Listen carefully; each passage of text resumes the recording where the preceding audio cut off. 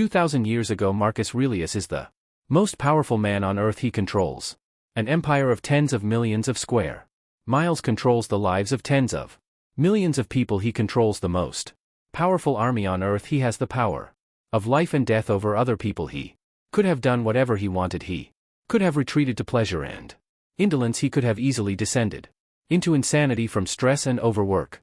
Yet he manages, as one biographer would say, to prove himself worthy of all the responsibility and power placed upon him. He manages, I think, just as impressively to manage it. He isn't corrupted by it. He doesn't break under the stress by it. He acquits himself well. So what's his secret? What is the life of this guy look like? How does Marcus Aurelius manage his debt? Well, because of Marcus Aurelius's meditations, his the private thoughts of this totally unique singular man, we have some idea. And that's what I want to talk about today. The daily routine of Marcus Aurelius, the philosopher king. Like all people, it starts with the morning for Marcus Aurelius. We know that Marcus Aurelius wakes up early. We know this because he talks in meditations about struggling with this, right? He's a morning person.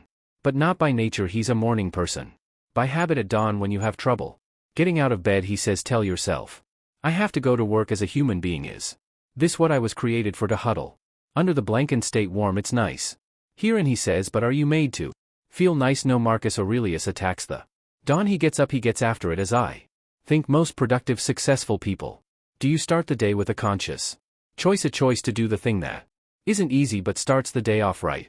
And we can imagine he is doing some of his meditative work, his study of philosophy, his writing, his journaling there in the morning before he was best ed by inquiries, people who wanted favors, before the bad news had been delivered, before he had to get up and travel, before the battle begun. He was carving out a little time for stillness and reflection. What he's not doing is the equivalent of what so many of us do in the morning, which is we go straight to this thing before our feet hit the floor.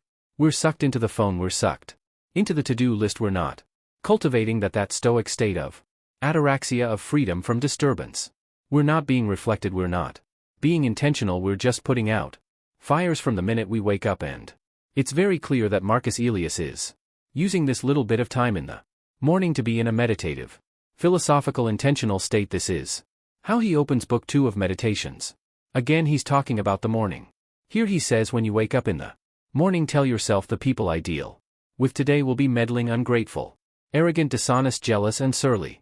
He's not saying, hey, the day sucks. He's trying to think, who are the kind of people that I'm going to meet today? What are they going to be like? And then he's saying, look, how can I be patient? How can I be understanding? How can I deal with this? How can I anticipate this? This is one of the Stoic ideas. Seneca says that the unexpected blow lands heaviest if you expect everyone to be wonderful and awesome. If you expect to get nothing but green lights all day, you're going to be sorely disappointed. Marcus is instead trying to anticipate, do this idea of premeditation. And then you know what he says in this passage. He says, look, why are they like this, and what is my job in relation to them? He's saying, don't lose your temper with them, don't write them off, try to find the good in them, right? So Marcus is trying to anticipate how the day is going to go and set himself up for success. But because Marcus Aurelius does have a difficult job, because there is immense amount of responsibility on them, he has to get to work. That's what he's doing in that passage. He said, get up, get after. What were you put here to do? Right? He tells himself throughout meditations, concentrate on your tasks. Like a Roman, he points out the example of Antoninus, his predecessor and beloved stepfather, about how Antoninus planned out his day, how he even planned out his bathroom break so he wasn't wasting time. He tried to show up, and when he was at work, to be at work. He didn't complain about this. This is another thing Marcus Aurelius talks about. He says, never be overheard complaining at court, not even to yourself. What do I have to do today? What are my responsibilities? What are my jobs? Let's do them. And for Marcus, this would have been making decisions throughout the day. This would have been hearing cases. This would have been speaking to crowds. This would have been travel. This would have, in some cases, been a leading troops into battle, right? But all the while he's having to be focused. He says, get used to winnowing your thoughts. He says, if somebody asks you what you're thinking about, you should be able to answer saying, don't let your mind wander, don't get distracted, focus on what you're doing.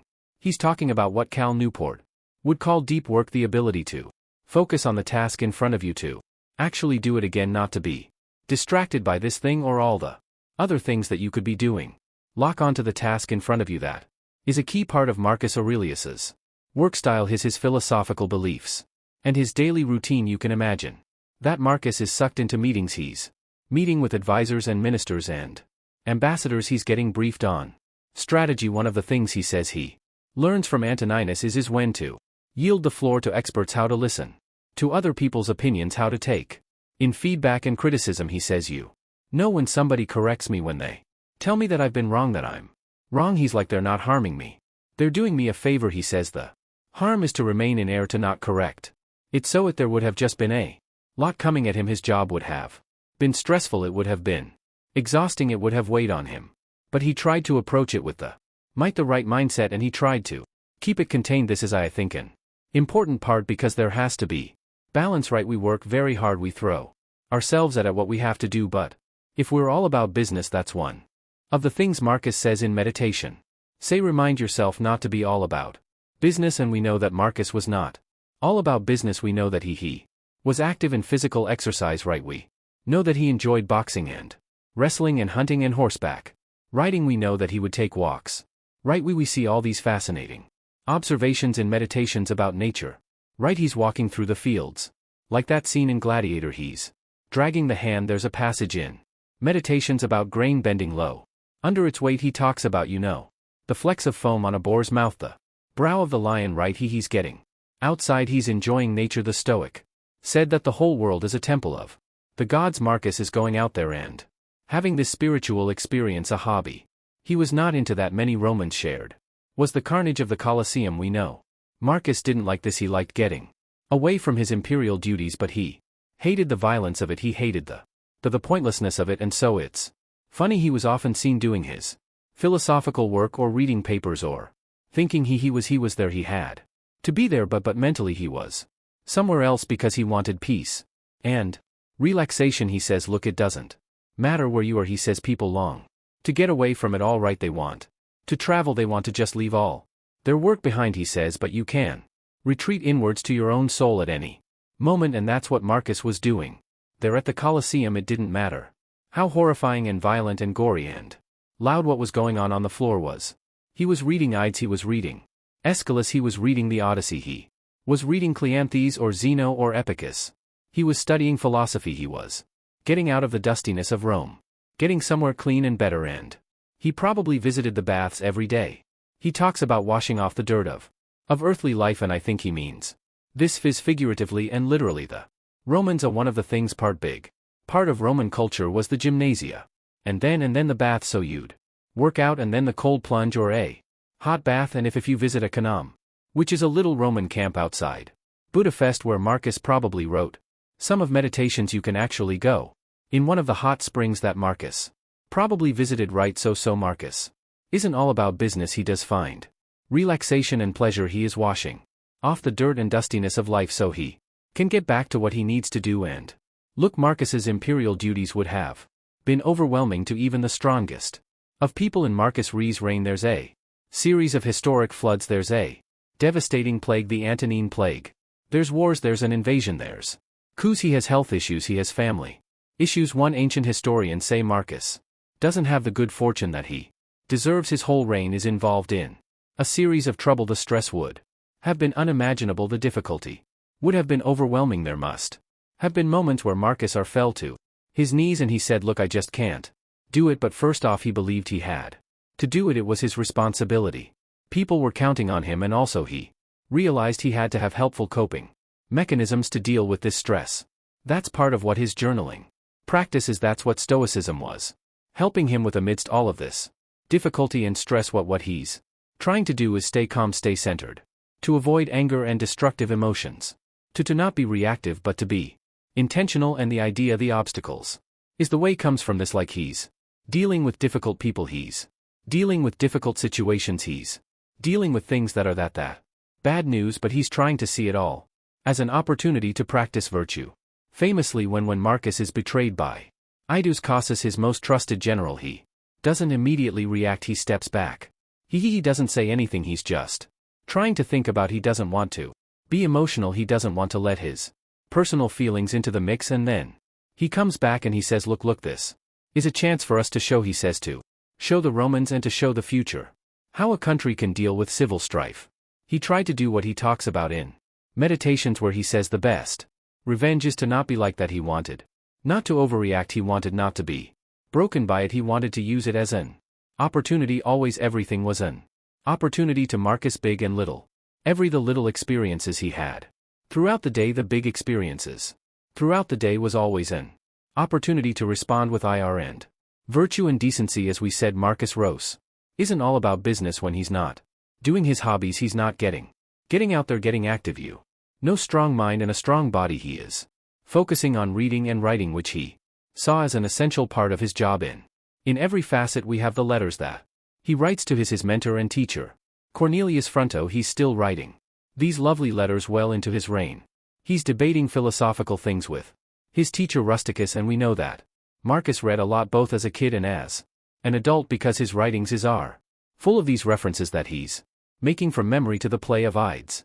He's directly quoting Epicus and Cypus, Zeno and all these other thinkers, because they're right there on top of mine. He's reading and rereading, he's lingering on the works of the master of thinkers. As Seneca said, what he had learned from his teacher Rusticus, he said, is to never be satisfied just giving the gist of things. So when Marcus Aurelius reads, he's diligent about it.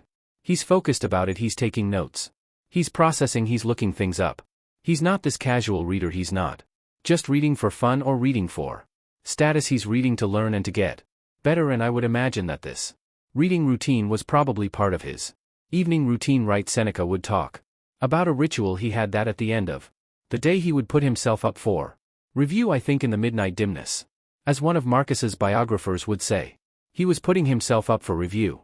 That's what Meditations is. Marcus Aurelius's interrogation of himself, his review of himself, what he could do better, how he could do better, holding him accountable, what went right, what went wrong, where can he improve, because look, there's not a lot of people that can do that. For Marx, he doesn't have a boss. The judgment of history is far off. He's trying to remind himself what's important. He has to be the final bit of accountability. Philosophy was the final bit of accountability. He says, fight to be the person philosophy tried to make you. That's what he was doing throughout the day, but it's in the evening with the journal and the reading and the thinking and the quiet time that the lessons are being learned there. And we can imagine that not a day goes by, certainly not an evening that goes by, the Marcus Aurelius doesn't do the Stoic practice of memento mori. You could leave life right now. Marcus says, let that determine what you do and say and think. Marcus tried to spend lots of time with his family. He writes in one of his letters to Fronto how he would trade all of it to just have more time with his wife. He says, as you tuck your children in at night, say to yourself, they will not make it to the morning. And this wasn't morbid. He wasn't like trying to practice his monkish detachment from the people that he loved. He was trying to say, why are you rushing through this? Why are you not soaking this in? Why are you not being present for it? And this practice of memento mori is an essential part of the Stoic daily routine, and we can imagine not a single day in Marcus Ace's life going by without it. And we can imagine part of Marcus's daily routine. You know, he just spent the whole day being celebrated, being clapped for being told how important and powerful he was. People were saluting, thousands of soldiers appeared before him, kings of other nations, you know, gave him gifts. He tried to actively remind himself that he wasn't that important, that possum his fame was worthless. He tried to stay humble with it. He says, be careful not to be Caesar-fied, right, not to be stained purple. He would look out at the fancy feasts or the honors or the jewelry they put on him, and he would say, look at this is a dead pig, this is a rock pulled out of a mine, this is a silly metal. He's trying to not be changed or transformed or made to feel better than as a result of this very unusual, strange, surreal existence that he had. And each of us should have some version of this practice in our own life too, because success can go to your head, because busyness can make you feel important. Being at the center of things can make you feel like you're the center of the universe, but you're not, right? And part of the philosophical practice is to zoom out. Marcus talks about looking at things from above. Look at this army, not how powerful it is up close, but how it resembles ants from far away. He's trying to get perspective. Always, I think this is a key part of Marcus's routine, and I imagine that throughout the day, but especially at night, as he's just thinking about how he just spent these last few hours. Marar is asking this question we see in Meditations. He says, whenever you are afraid of death, whenever you want to live forever, he says, ask yourself, am I afraid of death because I won't be able to do this anymore. We so value our time. But he was talking about how frivolously we spend it, right? We waste it on things. We act as if we have forever, but we don't. The Stoics knew that death wasn't a thing that was happening in the future, but the death was happening now, dying. Every minute we're dying every day. Marcus Aurelius would have seen the passage of each day per Stoic philosophy as a kind of death. So at the end of the day he asking himself, what do I have to show for the hours that I just spent? And if this was the last day of my life, he's trying to imagine going to bed and not waking up. If I wake up in the morning, I get a second chance tomorrow. How am I going to do better? How am I going to grow? What am I going to learn? How am I not going to take that time for granted? A day in the life of Marcus Aurelius. On the one hand, his life, his experience should be totally unrelatable to us, unimaginable, unfathomable to us. The most powerful man in the world 2,000 years ago, speaking languages we don't speak anymore, living in ways we would never live anymore. And yet, as we see in Meditations, as we see in his routine, he was like us. The past is a foreign country, and yet human beings are human beings, and the more things change, the more they stay the same. And from Marcus we can see so many great habits and practices that we should apply in our own life. And circling back here after these meditations, after all this thinking, he's got to get to bed, right? It's easy to talk about waking up early, but if you're not protecting your sleep, if you don't have discipline before bed, again, if you're rolling this phone thing until 3 o'clock in the morning and then trying to get up with the dawn, you're going to have trouble. And we know Marcus Aurelius was a bit of an insomniac. Probably the stress and the health issues kept him up. But he tried to get to bed, he tried to take care of himself, and you have to do that. Also, when I wrote the Daily Stoic 8 years ago, I had this crazy idea that I would just keep it going. The book was 366 meditations, but I'd write one more every single day and I'd give it away for free as an email. I thought maybe a few people would sign up. Couldn't have even comprehended a future in which 34 of a million people would get this email every single day, and would for almost a decade. If you want to get the email, if you want to be part of a community that is the largest group of Stoics ever assembled in human history, I'd love for you to join us. You can sign up and get the email totally for free, no spam. You can unsubscribe whenever you want at dailystoic.com. Music. Applause. Music.